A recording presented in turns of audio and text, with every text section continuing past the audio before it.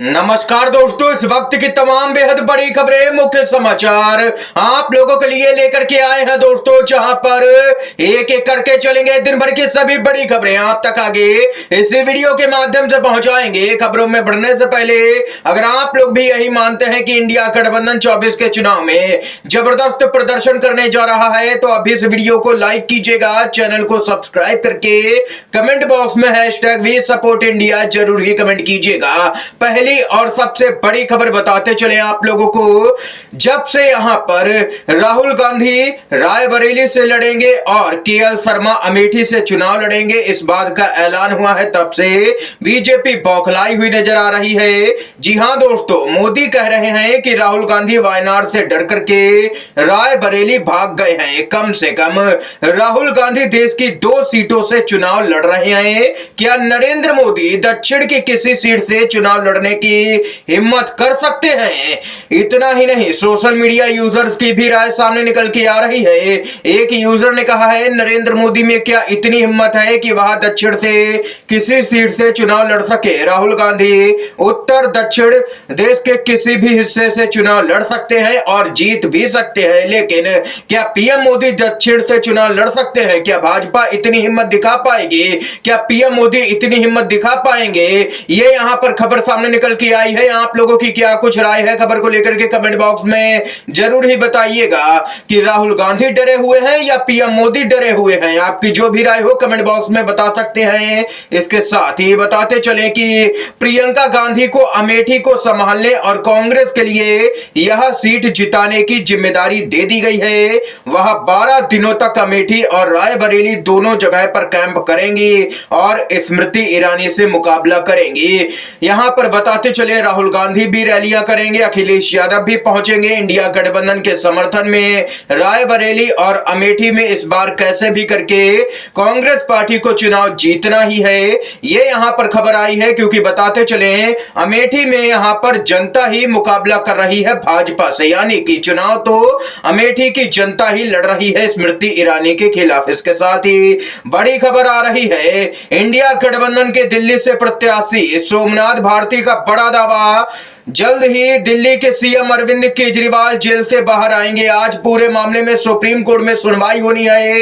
ED अपना जवाब दाखिल करेगी। पिछली सुनवाई पर सुप्रीम कोर्ट ने ईडी से कई तीखे सवाल किए थे और गिरफ्तारी की टाइमिंग पर सवाल खड़े किए थे सुप्रीम कोर्ट ने। और इस बीच नई दिल्ली लोकसभा सीट के प्रत्याशी सोमनाथ भारती का दावा, जल्द ही दिल्ली के सीएम अरविंद केजरीवाल जेल से बाहर आने जा रहे हैं, रिहा होने जा रहे हैं। इसके साथ ही एक और बड़ी खबर आ रही है दोस्तों, आप लोगों को बताते चलें, सुप्रीम कोर्ट के पूर्व जज जमकर के भड़के हैं। जी हां दोस्तों, बताते चलें, सुप्रीम कोर्ट के रिटायर्ड जज और राष्ट्रीय मानवाधिकार आयोग यानी कि एनएचआरसी के अध्यक्ष जस्टिस अरुण मिश्रा ने संसद के मौजूदा हाल पर चिंता जाहिर की है। बताते चलें, यहां पर रिपोर्ट के अनुसार जस्टिस मिश्रा ने कहा है कि आज के समय में हम देख रहे हैं कि संसद काम नहीं कर रही है, बिल बगैर चर्चा के ही पास हो रहे हैं। ऐसा राम राज्य में नहीं होता था। उन्होंने कहा है कि राम राज्य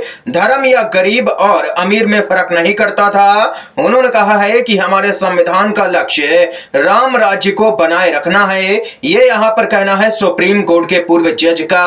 इसके साथ ही एक और बड़ी खबर की तरफ दोस्तों बढ़ते हैं। एडवोकेट बलराज मलिक ने जनता से आग्रह किया है कि चुनाव मशीनों से हो रहा है। मोदी चुनाव जीतने के लिए किसी भी हद तक जा सकते हैं, इसलिए अब मशीनों की रखवाली जनता को खुद ही करनी होगी। चुनाव अधिकारी कंट्रोल रूम में मशीनें बदलने की यहां पर तमाम तरह के हथकंडे अपना सकते हैं। ये लोग चुनाव जीतने के लिए कुछ भी कर सकते हैं, ऐसा यहां पर एडवोकेट बलराज मलिक ने अंदेशा जताया है। इससे पहले से यादव भी ऐसा ही कुछ बयान दे चुके हैं। उनका कहना है कि इस बार हम लोग स्ट्रांग रूम पर पूरी तरह से पहरेदारी करेंगे। पिछली बार वाली गलती इस बार नहीं होने देंगे। चाहे कोई भी अफसर हो, उनको बिना तलाशी लिए अंदर नहीं जाने दिया जाएगा किसी भी कीमत पर। यह यहां पर खबर आई है। इसके साथ ही आप लोगों को यहां पर अपडेट बताते चलें, फरवरी के अंत तक देश में कुछ भी चुनाव जैसा नहीं था। एक तरफा माहौल बीजेपी के पक्ष में दिख रहा था, लेकिन पहले पहले चरण के मतदान के बाद में हवा बदली हुई सी नजर आ रही है। जिन राज्यों में बीजेपी ने विपक्षियों का खाता तक खुलने नहीं दिया, वहां पर बीजेपी को कड़ी चुनौती मिल रही है। हिमाचल प्रदेश, हरियाणा, उत्तराखंड, दिल्ली, राजस्थान, मध्य प्रदेश, महाराष्ट्र, कर्नाटक, बिहार, छत्तीसगढ़, झारखंड, ये वो राज्य हैं जहां पर 19 के लोकसभा चुनाव में बीजेपी ने जबरदस्त प्रदर्शन किया था। लेकिन इस बार हालात बदले हुए हैं। बीजेपी को कड़ी चुनौती का सामना करना पड़ रहा है इन राज्यों में बीजेपी की सीटें कम हो रही हैं। ये तो तय है, कितनी कम होंगी ये कहना अभी मुश्किल है। इन राज्यों की लगभग सभी सीटें 2019 में बीजेपी ने ही जीती थी, लेकिन इस बार यहां पर बीजेपी को कई राज्यों से बड़ा झटका लगने जा रहा है लोकसभा के चुनाव में। इसीलिए यहां पर लोग कह रहे हैं कि 400 पार तो छोड़िए, इस बार बीजेपी 250 पार भी होती हुई नजर नहीं आ रही है, क्योंकि उसकी सीटें तो कई राज्यों के अंदर पहले से ही घट रही हैं। ये यहां पर खबर है। इसके साथ ही एक और अपडेट आप लोगों को बताते चले। यहां पर दिल्ली से खबर आ रही है, जहां पर दिल्ली में आम आदमी पार्टी और कांग्रेस मिलकर के करेंगे चुनाव प्रचार। दोनों पार्टियों के पर्यवेक्षकों की घोषणा आज यहां पर की जाएगी। इसके साथ ही यूपी से खबर आ रही है, जहां पर पश्चिमी यूपी में आरएलडी को बड़ा झटका लगा है। आरएलडी के सीनियर लीडर रोहित जाखड़ ने इस्तीफा दे दिया है। पार्टी की सभी जिम्मेदारियों से इस्तीफा दिया गया है। ब्रजभूषण शरण सिंह के बेटे के जो यहां पर टिकट उसको मिला है, उसका विरोध किया है इन्होंने। पिता के सामने बेटे को बीजेपी स्थापित कर रही है। बेटियों की अस्मिता से बीजेपी ने खिलवाड़ किया है। जो कौम का नहीं वो किसी काम का नहीं, ये कहना है यहां पर जाखड़ का। इसके साथ ही आरएलडी के अध्यक्ष जयंत चौधरी को जाखड़ ने अपना इस्तीफा भेज दिया है। ये यहां पर खबर आई है। इसके साथ ही ब्रजभूषण के बेटे को जो बीजेपी ने टिकट दी है, इसका खामियाजा भाजपा को हरियाणा में भुगतना पड़ेगा। विरोध तेज हो गया है। गांव-गांव में अब बीजेपी के नेता भगाए जा रहे हैं। ब्रजभूषण के बेटे को टिकट देने के बाद हरियाणा में उबाल सा आ गया है।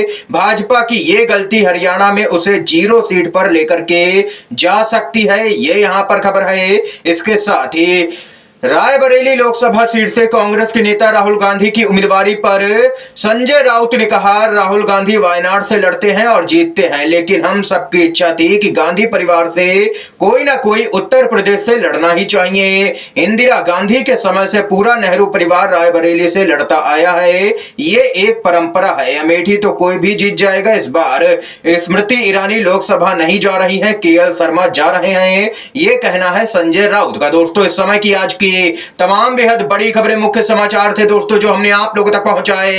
अगर आप लोगों को ये वीडियो पसंद आए हो तो अभी इस वीडियो को लाइक कीजिएगा दोस्तों। ज्यादा से ज्यादा इन खबरों को, मुख्य समाचारों को शेयर कीजिएगा अपने सभी दोस्तों में। और चैनल पर नए हैं तो दोस्तों चैनल को जरूर ही सब्सक्राइब कीजिएगा। वीडियो देखने के लिए आप सभी का बहुत बहुत धन्यवाद। जय हिंद, जय भारत।